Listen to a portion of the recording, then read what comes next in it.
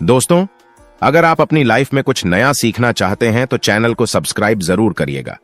साल 2023 में सावन का महीना कब है? इसमें कितने सोमवार पड़ेंगे? सावन की समाप्ति कब होगी और रक्षाबंधन कब है? सावन में व्रत का पालन कैसे करें? व्रत में कौन सी चीजें नहीं खानी चाहिए? जान लें सब कुछ आज के इस वीडियो में। दोस्तों, सावन का महीना शिव भक्तों के लिए प्यार की सौगात लेकर आता है। यही वो महीना है जिसे हम प्यार का महीना कहते हैं। शिव भक्त बड़े जोर शोर से सावन के महीने का बड़ी ही बेसब्री से इंतजार करते हैं। सावन में भगवान शिव धरती पर आकर अपने हर भक्त के घर में वास करते हैं। सच्ची भक्ति करने पर धन धान्य से घर भर देते हैं। सावन का हर एक दिन बहुत ही शुभ माना जाता है। हर दिन पवित्र होता है। हर दिन भगवान शिव की पूजा की जाती है। लेकिन सोमवार के व्रत के बाद ही कुछ और होती है।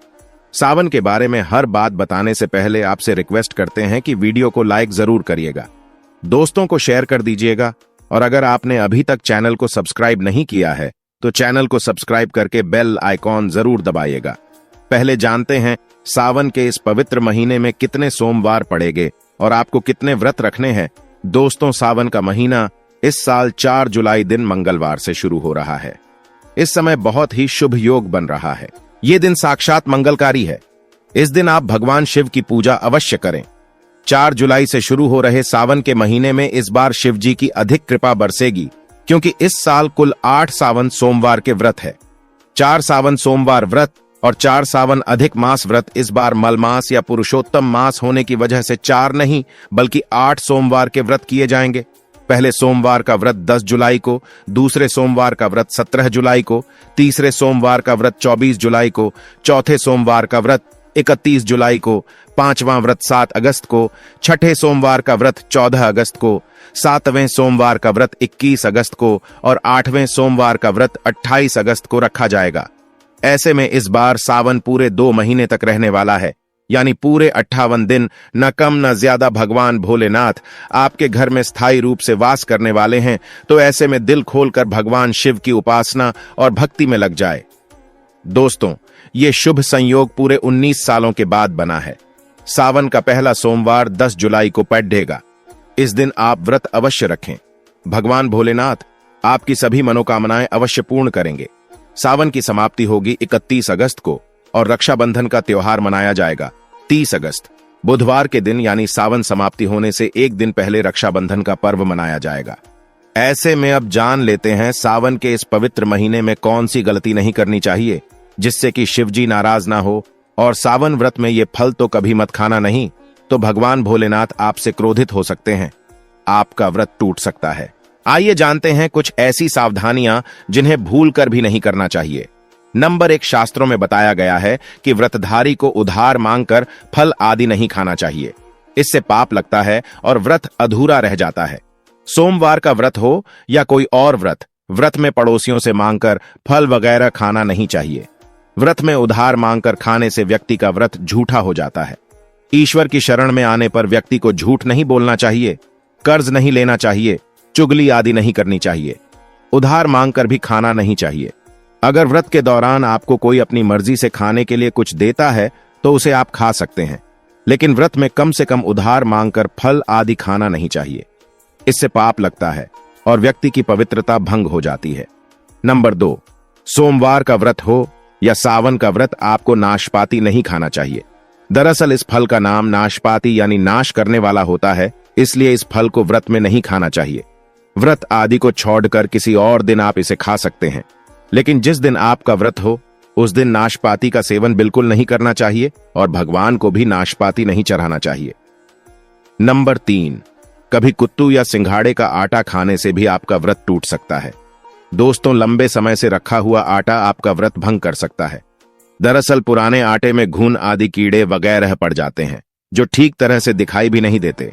ऐसा आटा खाने पर दरअसल आप मांस का सेवन करते हैं और व्रत में कीड़े खाना घोर पाप के बराबर माना गया है। आपका व्रत इससे भंग हो जाता है। व्रत में ताजा आटा खाना चाहिए।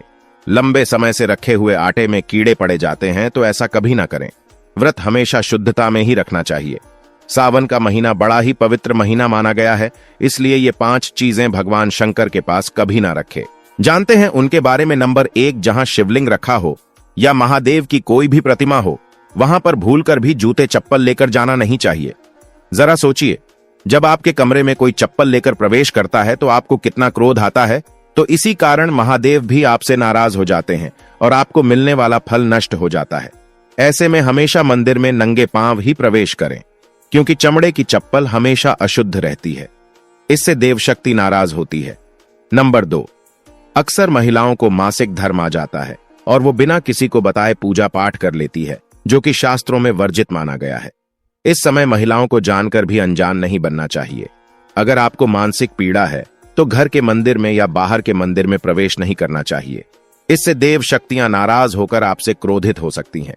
ऐसे समय में शिवलिंग को छूना घोर पाप के बराबर माना गया है। जरा सोचिए, ऐसी अवस्था में जब खुद महिला को बुरा लगता है तो ईश्वर को कितना बुरा लगेगा। इसलिए महिलाओं को ऐसी अवस्था में मंदिर या यात्रा में जाना, घर में पूजा पाठ करना, भगवान की प्रतिमा को छूना या तुलसी में पानी भी नहीं डालना चाहिए। तुलसी का पौधा भी इससे सूख जाता है। जब देव शक्तियां नाराज होती हैं तो लाजमी है कि घर में कंगाली और गरीबी आने लगती है, लड़ाई झगड़े होने लगते हैं, तो ऐसा कभी मत करना। नंबर 3, शास्त्रों में बताया गया है कि जहां होता है शिवलिंग वहां पर सभी देव शक्तियां सक्रिय रहती हैं। जिसके घर में शिवलिंग होता है वो व्यक्ति महादेव की कृपा सदैव पा लेता है। वास्तुशास्त्र के अनुसार शिवलिंग से हर वर्ग ऊर्जा का संचार होता रहता है, इसलिए शिवलिंग पर जलधारा हमेशा होनी चाहिए, जो ऊर्जा को शांत रखती है। कुछ लोग अपने घर में शिवलिंग तो रख लेते हैं, लेकिन वो कभी हफ्ते में एक बार जल चढ़ाते हैं, जो कि बिल्कुल भी अच्छा नहीं माना जाता। अगर आप जल नहीं चढ़ा सकते तो आप अपने घर में शिवलिंग कभी स्थापित ना करें, ऐसा गरुड़ पुराण में बताया गया है। इससे उल्टा घर में विनाश होता है। नंबर 4, शास्त्रों में बताया गया है कि तुलसी और महादेव का बैर माना गया है। इसी कारण तुलसी में शिवलिंग और गणेश की प्रतिमा को नहीं रखा जाता। कई लोग जाने अनजाने में शिवलिंग को तुलसी में रख देते हैं और घर में परेशानी आना शुरू हो जाती है। इससे महाशक्तियां क्रोधित हो जाती हैं, तो शिवलिंग पर तुलसी पत्र भी नहीं चढ़ाना चाहिए। तुलसी में और शिवलिंग में कुछ दूरी होनी चाहिए। नंबर 5, घर का मंदिर हो या बाहर का मंदिर, किसी भी मंदिर में ऐसे व्यक्ति को प्रवेश नहीं करना चाहिए जिसने स्त्री प्रसंग अर्थात संभोग किया हो या उसने मांस खाया हो। अगर आप शारीरिक रूप से गंदे हैं तो मंदिर के आसपास भी नहीं जाना चाहिए। घर के बने मंदिर पर कोई कपड़ा आदि डाल देना चाहिए। जरा आप ही सोचिए, क्या आप मांस खाकर या स्त्री के साथ शारीरिक संबंध बनाकर भगवान के पास जाएंगे और क्या वो आपसे प्रसन्न होंगे? बिल्कुल भी नहीं। वो आपसे क्रोधित हो सकते हैं, आपसे नाराज हो जाएंगे। शास्त्रों में इसे घोर पाप माना गया है। इससे व्यक्ति नरक में जाता है। ऐसा दुष्ट स्वभाव मनुष्य के बर्बादी का कारण माना गया है, तो ऐसा बिल्कुल ना करें। ईश्वर के सामने हमेशा नहा धोकर मन पवित्र लेकर ही जाना चाहिए। इससे सभी शक्तियां आपसे प्रसन्न रहती हैं। दोस्तों, सावन के महीने में महादेव को ऐसे बेलपत्र कभी मत चढ़ाना, इसे बहुत ही अशुभ माना जाता है। दोस्तों, हम पौराणिक मान्यताओं के अनुसार बेलपत्र चढ़ाने से शिव जी का मस्तक शीतल रहता है। बेलपत्र से भगवान शिव की पूजा करने से दरिद्रता दूर होती है, व्यक्ति सौभाग्यशाली बनता है। इससे हनुमान जी भी प्रसन्न हो जाते हैं, क्योंकि वे शिव के ही अवतार हैं और इस बात को शायद ही कोई जानता हो। दोस्तों, अब आप ये जान लें कि बेलपत्र का उपयोग और इसके लाभ कैसे मिलते हैं। नंबर 1, तीनों लोगों में जीतने तीर्थ स्थल प्रसिद्ध है। वे सभी तीर्थ स्थल बेलपत्र की मूल भाग में स्थित माने जाते हैं। इस बात को शायद ही कोई जानता हो। नंबर 2, अगर बेल का वृक्ष घर के बीचों बीच या पूर्व दिशा में लगा हो तो घर में धन धान्य की कभी कमी नहीं रहती और परिजन खुशहाल रहते हैं। नंबर 3, जो व्यक्ति बेल के वृक्ष के मूल भाग की गंध, पुष्प आदि से पूजा अर्चना करता है, उसे मृत्यु के पश्चात शिवलोक की प्राप्ति होती है। अब जानते हैं बेलपत्र से जुड़ी और कुछ खास बातें। दोस्तों, चतुर्थी, अष्टमी, नवमी, चतुर्दशी और अमावस्या, इन तिथियों को साथ ही संक्रांति के समय और सोमवार को बेलपत्र नहीं तोड़ना चाहिए। पूजा से एक दिन पहले ही बेलपत्र तोड़कर रख लें।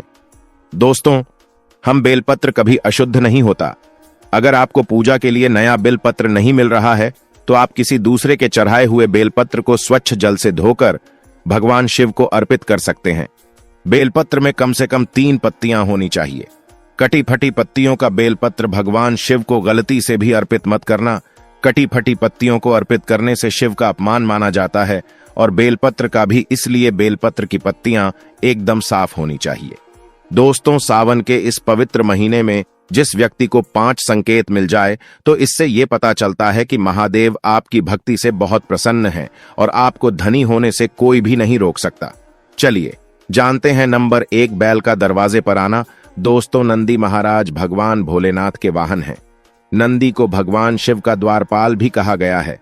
नंदी महाराज को बुद्धि और ज्ञान का प्रतीक माना गया है। शिव के मंदिर के बाहर हमेशा नंदी महाराज विराजित रहते हैं।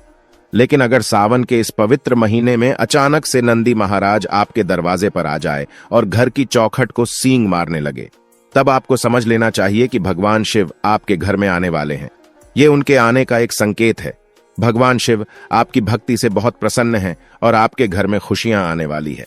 आपको धनी होने से कोई नहीं रोक सकता, लेकिन याद रहे नंदी महाराज को तिलक लगाकर मीठा भोग जरूर खिलाएं। नंबर 2, सावन के पवित्र महीने में अचानक से आपके सपनों में अगर शिवलिंग दिखाई दे जाए, अर्थात भगवान शिव दिखाई दे, तो इससे आपको समझना चाहिए कि अब आपके जीवन से परेशानियों का अंत जल्दी हो जाएगा। भगवान शिव आपकी सच्ची आराधना भक्ति से बहुत खुश हैं और वो आपके घर में आने वाले हैं। ऐसे में याद रहे, शिव की भक्ति में कोई भी कमी ना आने दें। घर को गंदा ना रखें, क्योंकि आपके घर में भगवान शिव पधारने वाले हैं। नंबर 3, शास्त्रों के अनुसार माना गया है कि नीलकंठ पक्षी भगवान शिव का प्रतीक है। अगर आपके घर में सावन के महीने में नीलकंठ छत पर आकर बैठ जाए तो उसे भूलकर भी मत भगाना, क्योंकि यह भगवान शिव का प्रतीक माना गया है। ऐसे में आपको खुश हो जाना चाहिए, क्योंकि भगवान शिव आपकी भक्ति से बहुत खुश हैं।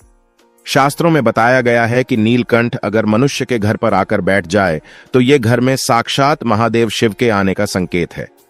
अब आपके बुरे दिन जाने वाले हैं। कहते हैं भगवान श्री राम ने इस पक्षी के दर्शन करने के बाद ही रावण पर विजय प्राप्त की थी। दम पर 4 सावन के पवित्र महीने में घर में काला सांप निकल आए तो इसे बहुत ही शुभ कारक माना गया है। इसे बिल्कुल भी ना मारे। यह भगवान शिव के आने का संकेत है। जिनकी भक्ति से महादेव प्रसन्न होते हैं, उन्हें महादेव किसी खास अवसर पर अपने दर्शन देते हैं। सावन का महीना बहुत ही पवित्र महीना माना गया है। यही वो महीना है जिसमें भगवान शिव धरती पर आते हैं और उसी घर में अपना आवास बना लेते हैं जो सच्चा भक्त होता है। सपनों में किसी मंदिर में नाग नागिन का जोड़ा देखना बहुत ही शुभ कारक माना गया है। यह घर में शिव के आने का संकेत है। अब आपके खुश होने का समय आया है। नंबर 5, सावन के शुभ अवसर पर सोमवार के दिन डमरू की आवाज या घंटियों की आवाज सुनाई दे तो यह अत्यंत शुभकारी माना गया है। इसका अर्थ यह है कि भगवान भोलेनाथ आपसे प्रसन्न हैं और जल्दी आपके घर और जीवन में प्रवेश करने वाले हैं, जिससे आपका आर्थिक संकट दूर होकर जीवन में सुख समृद्धि आने वाली है। महादेव आपसे बहुत खुश हैं। दोस्तों, महादेव की कृपा पाने के लिए एक बार भगवान शिव का जयकारा जरूर लगाएं। हर हर महादेव, ओम नमः शिवाय भगवान शिव के लिए एक लाइक तो बनता है। उम्मीद करते हैं आपको जानकारी पसंद आई होगी। ऐसे ही धार्मिक जानकारी दिलाने वाले वीडियो देखने के लिए चैनल को सब्सक्राइब करें, बेल आइकॉन को प्रेस करें। धन्यवाद।